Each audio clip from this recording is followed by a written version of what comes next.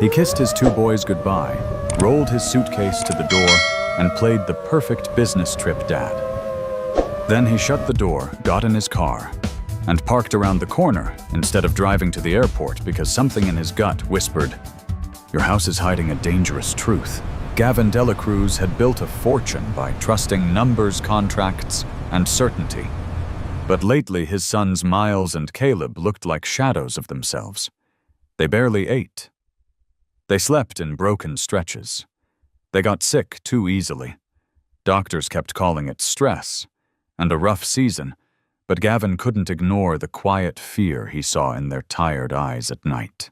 Inside that mansion, the only constant was the cleaner, Monique Harper, a black woman who moved through the halls like she was part of the wallpaper.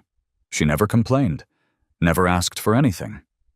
Then one morning, as Gavin staged his fake departure, Monique looked up from the kitchen and said softly, "Take care of them." The words landed wrong. Too heavy. Too knowing. So Gavin stayed. Hours later, a light snapped on upstairs in the boys' room when they should have been asleep. Gavin slipped back inside barefoot on the cold floor, heart hammering. From the hallway, he heard Monique's voice, steady, focused, repeating simple instructions like a metronome. "Slow. Breathe with me." A cough broke the silence. One of the boys. Gavin tensed to burst in until Monique placed a firm hand on the child's back, guided his breathing, and calmed him like she'd done it 100 times. Then she pulled out a tiny, unlabeled vial. Gavin's blood ran cold. But the boys didn't look afraid. They looked safe. And in that moment, Gavin realized the scariest possibility wasn't that Monique was harming his children. It was that she had been protecting them while he wasn't truly there. Gavin stayed in the car for nearly an hour, engine off, hands gripping the steering wheel as if it were the only thing keeping him steady. He told himself he was being ridiculous, that this was what fear looked like when a man spent too much time imagining threats. But he didn't leave. He couldn't. Every instinct that had ever made him successful was screaming the same warning, "Don't walk away yet." From his spot down the block, the house looked exactly as it always had, clean lines, soft lights, perfect silence. Too perfect. Minutes passed. Then more. Just when Gavin started to feel foolish, a light flicked on upstairs. The boys' room. His stomach tightened. Miles and Caleb should have been asleep. Gavin slipped out of the car and moved through the side gate, each step careful, deliberate. The night air felt heavier near the house, thick with the sound of the fountain and his own breathing. As he reached the back door, he heard it. Not crying. Not laughter. Whispering. Repeated. Calm. Controlled. It was Monique. Her voice wasn't sweet or playful. It was focused, almost instructional.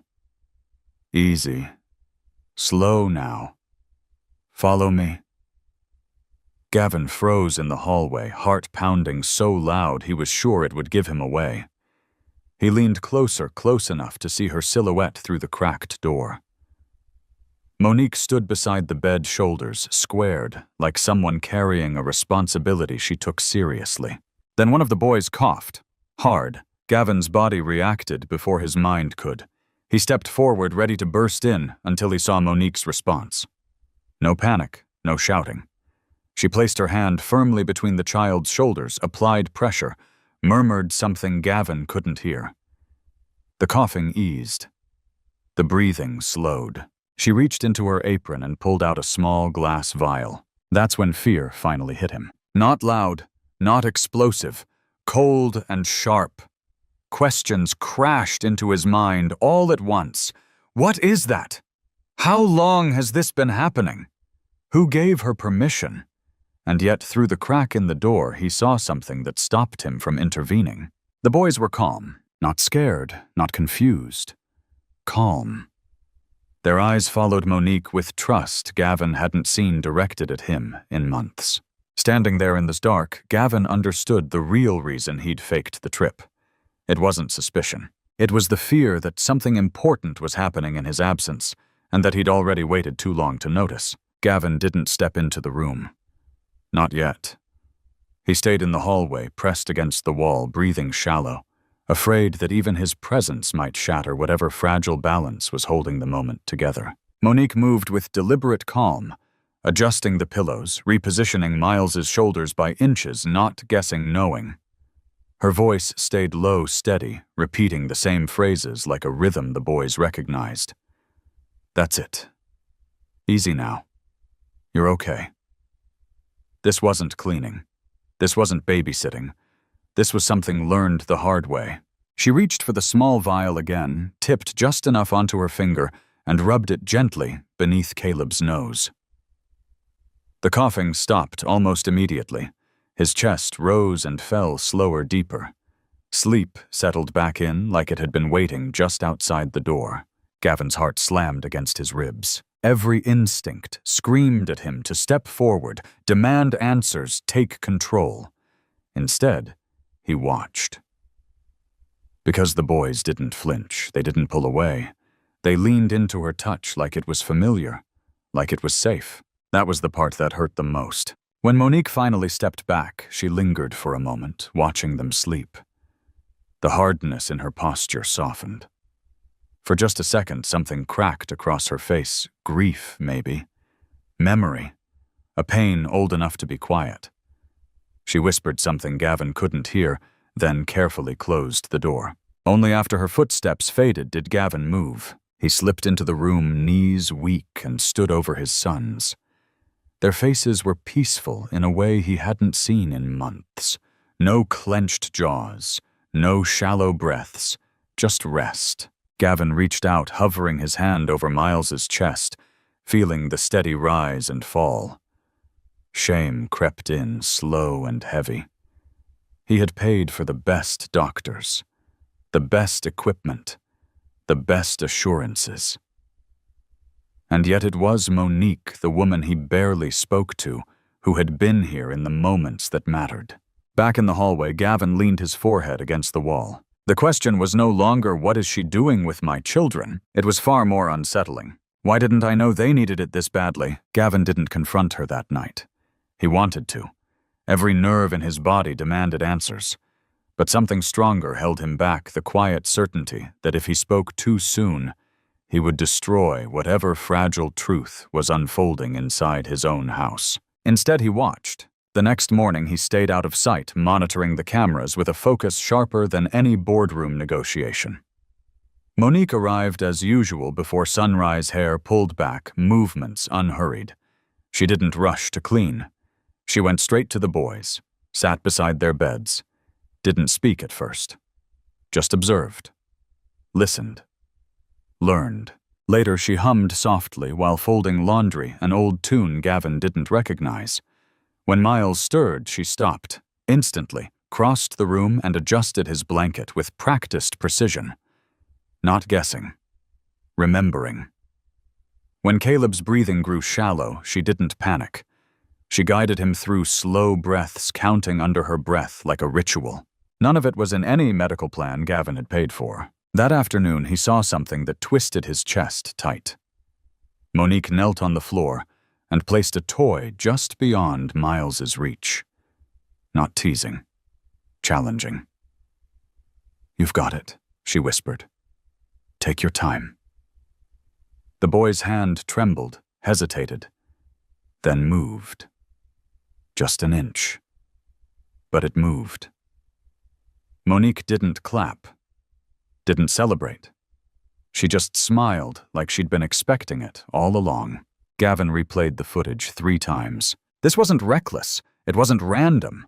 It was intentional, structured, repeated, and it terrified him. Because if Monique was right, if these small, quiet interventions mattered, then it meant something far worse.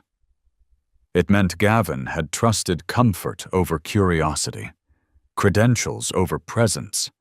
He had accepted reassurance instead of asking harder questions because believing everything was under control hurt less than admitting he didn't understand his own children. That evening, he sat alone in his office, staring at old medical reports spread across his desk. Words like likely possible monitoring. He'd mistaken complexity for certainty, authority for truth. On the screen, Monique was reading to the boys. Not a therapy manual. A children's book.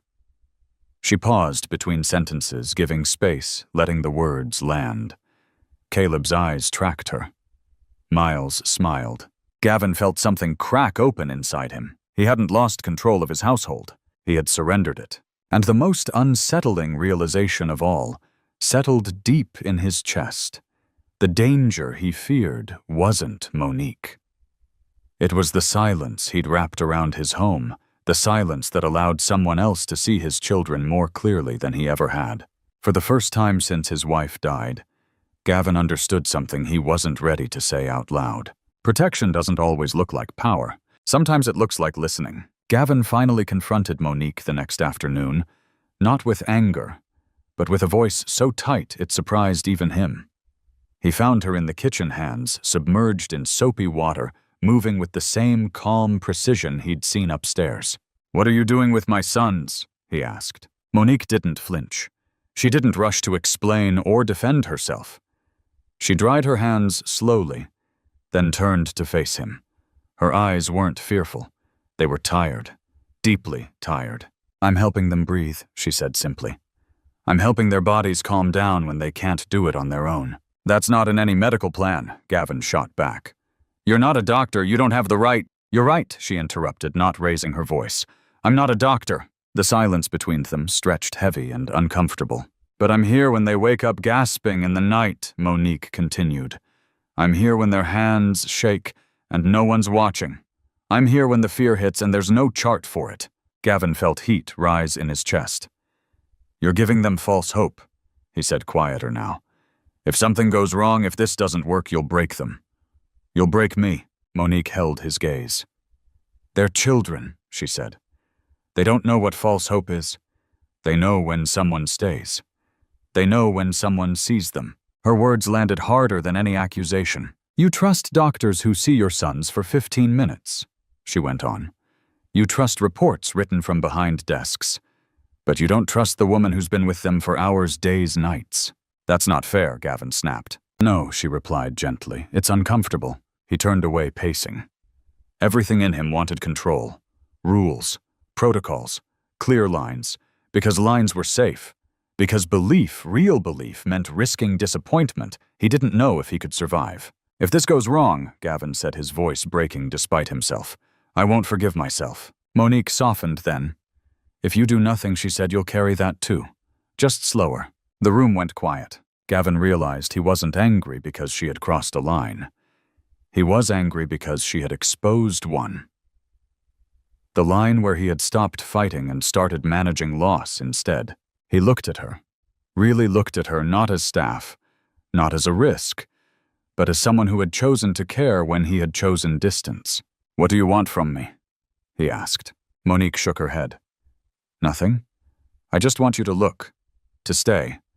To stop assuming the experts have already seen everything." That night Gavin didn't fire her. He didn't sleep either. Because for the first time, the question keeping him awake wasn't whether Monique was wrong. It was whether the people he'd trusted all along had been too certain to notice what was still possible. The proof arrived quietly, without drama, the way truth often does when it no longer needs permission to speak. Thursday afternoon, the pediatric therapist Gavin had trusted for over a year stood frozen in the middle of the boys' room. She had been running her usual assessments: muscle tone, reflex response, joint resistance, when her hands paused on Miles's leg. She tried again. Slower this time. Her brow furrowed. "That's different," she murmured. Gavin felt his pulse spike. Different how? She didn't answer right away. She moved on to Caleb, testing the same points, repeating movements she'd performed dozens of times before. When she straightened up, her clipboard hung forgotten at her side. "There's improvement here," she said carefully. "Subtle, but measurable. Muscle engagement is stronger. Coordination is responding faster." Gavin's mouth went dry. "That's not possible," he said, more to himself than to her. Nothing in the plan changed. Across the room, Monique stood quietly, hands folded, eyes lowered, not defensive, not triumphant, just present. "What's been done differently?" the therapist asked. Monique explained without embellishment: repetition, breathing regulation, gentle motor patterns, consistency, no jargon, no promises, just time and attention. The therapist listened, really listened. Then she nodded once, slowly. "We'll adjust the protocol," she said. "Whatever you're doing, it's helping." After she left, Gavin sat alone in his office, surrounded by glowing screens and open files. He didn't pull up the cameras. Instead, he opened a browser and typed words he should have searched years ago: early childhood neuroplasticity, repetitive motor training, environmental stress, and pediatric recovery. The results flooded in, study after study. Peer-reviewed journals. Case reports from children once labeled unlikely. Brains rewiring. Pathways forming. Outcomes exceeding prognosis with early consistent intervention. Gavin leaned back in his chair, chest tight, vision blurring. It wasn't a miracle. It was something worse. It was evidence. For 2 years he had accepted the first conclusion because it was delivered with confidence, because it came from authority, because it required nothing from him except compliance and payment. He had funded maintenance, comfort, containment. Monique had fought for possibility, and the most devastating realization of all settled over him like weight she had done in weeks, what his millions never touched, not because she knew more, but because she believed there was still something worth trying. Gavin buried his face in his hands. Shame rose hot and sharp. Not for loving his sons too little, but for expecting too little. For confusing surrender with acceptance. For calling it realism when it had really been fear dressed up as responsibility. That night he didn't watch the cameras. He went into the boys' room and sat on the floor beside their beds, listening to their breathing. Steady, calm, alive. And for the first time since everything had broken, Gavin understood the truth he could no longer escape. The doctors hadn't been wrong, but they hadn't been finished either. And neither was he. It happened on a Thursday afternoon, the kind of ordinary moment that usually passes without leaving a mark. Gavin was at his desk pretending to read reports when his phone vibrated. A motion alert. Living room. His first reaction was irritation. The boys were supposed to be resting upstairs. He almost dismissed it almost before opening the security app. The image took a second to register. 3 small wheelchairs stood against the wall, perfectly still. Empty. Gavin's stomach dropped so hard he thought he might be sick. His mind raced ahead, catastrophes stacking one on top of another. An emergency. A fall. A mistake he would never forgive himself for allowing. He pushed back from his desk so fast the chair scraped the floor. Then he saw them. Miles, Caleb, standing, not steady, not confident, but upright. Legs trembling, arms lifted for balance, eyes locked on one point across the room. Monique knelt several feet away, her arms open, tears running freely down her face. "Take your time," she whispered. "I'm right here." Gavin stopped breathing. Miles moved first. His foot lifted, hovered, then landed just an inch forward. One step. Gavin's hand flew to his mouth. His knees weakened. Caleb followed slower, his legs shaking violently, but he moved. One step. Then another. A sound escaped Gavin's throat, half sob, half disbelief. And then Caleb smiled. Not a careful smile. A full one. The kind Gavin hadn't seen since before everything went wrong. Monique didn't touch them. She didn't rush. She just stayed where she was, anchoring them with her voice, her presence. "That's it. You're doing it. Keep going." When the boys reached her, she gathered them into her arms, crying openly, laughing through tears. "I knew it," she said, her voice breaking. "I knew you could try." Gavin's phone slipped from his fingers and clattered onto the desk. He didn't notice. His legs finally gave out, and he slid down the wall, sitting on the floor of his office, shaking. 2 years of never. 2 years of unlikely. 2 years of managing loss instead of fighting for possibility.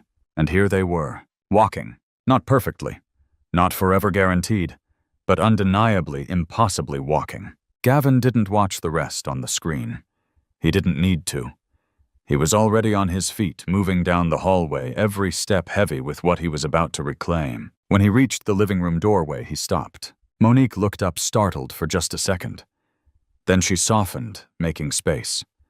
Gavin dropped to his knees and pulled his sons into his arms, holding them like he was afraid they might disappear if he let go. "I'm sorry," he whispered into their hair.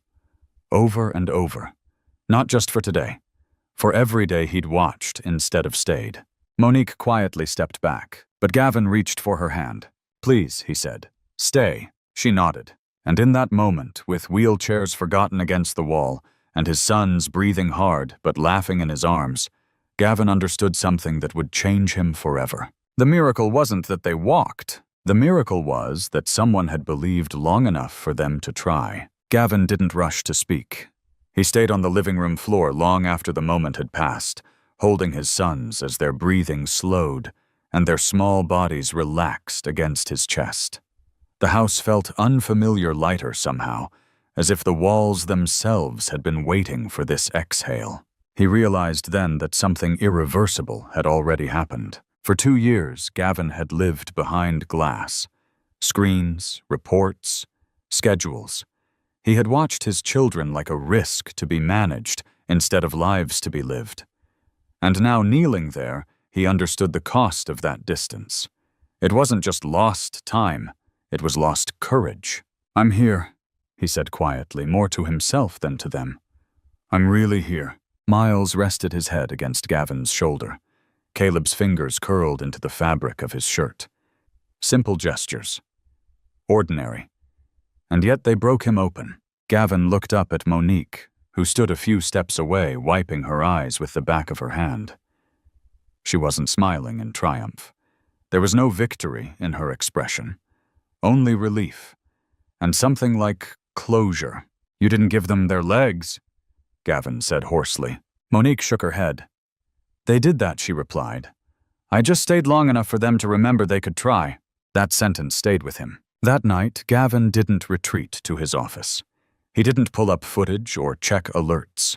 He slept on the floor of the boys' room back against the wall, listening to their breathing the way a man listens after a storm, still grateful awake. In the days that followed, everything changed in small, quiet ways. Gavin canceled meetings without apology. He sat through therapy sessions instead of reviewing summaries. He learned the rhythm of his son's days, the signs of fatigue, the moments when fear crept in. He stopped asking, "What did the doctors say?" and started asking, "What do you need right now?" And when doubt returned, as it always does, he faced it differently. Not with control. With presence. One evening, as the sun dipped low and painted the living room in gold, Gavin watched his sons attempt another few unsteady steps. They stumbled. They laughed. They tried again. Gavin felt the ache in his chest, not the old fear, but something heavier and truer. Responsibility. He finally understood that love wasn't proven by how much he could provide, but by how much he was willing to risk feeling again, to hope again, to fail in front of his children instead of hiding behind certainty. Monique caught his eye from across the room and nodded once, like someone acknowledging a decision that mattered. Gavin nodded back. He didn't know what tomorrow would demand of him. More challenges would come, more uncertainty. But one truth was now unshakable. He was no longer a man watching his life from the outside. He was a father who had stepped back in and wasn't leaving again. The house was quiet again, but not the hollow, aching silence Gavin had lived with for 2 years. This quiet was alive. It breathed. It waited. As night settled in, Gavin stood by the doorway of his son's room, watching Miles and Caleb sleep. Their legs lay still now, exhausted from the day, but Gavin knew the truth would never leave him. Those legs had carried them forward once, and they would try again. That mattered more than any prognosis ever had. For the first time, Gavin wasn't afraid of tomorrow. He understood now what the miracle really was. It wasn't walking. It wasn't defying doctors or rewriting statistics. The miracle was choosing not to give up when giving up would have been easier. The miracle was a woman who refused to be invisible. A father who finally chose presence over control. Children who were never broken, only waiting to be seen. Life rarely changes with explosions. Most transformations happen quietly in living rooms late at night when someone decides to listen, instead of dismiss to stay, instead of run to believe, instead of manage expectations. And here is the lesson that lingers long after the story ends. Real care isn't about authority, money, or credentials. It's about attention, about courage, about staying long enough to notice what others overlook. Sometimes the most important truth comes from the quietest voice in the room, and the greatest failure isn't being wrong, but refusing to look again. If this story touched something in you, ask yourself this: who have you stopped truly seeing? What truth have you been avoiding because it felt uncomfortable? Before you scroll away, take a moment. Like this video, subscribe to the channel, and tell me in the comments, what part of this story stayed with you the longest and why? Because sometimes hearing one story at the right moment can change the way we show up for our own lives.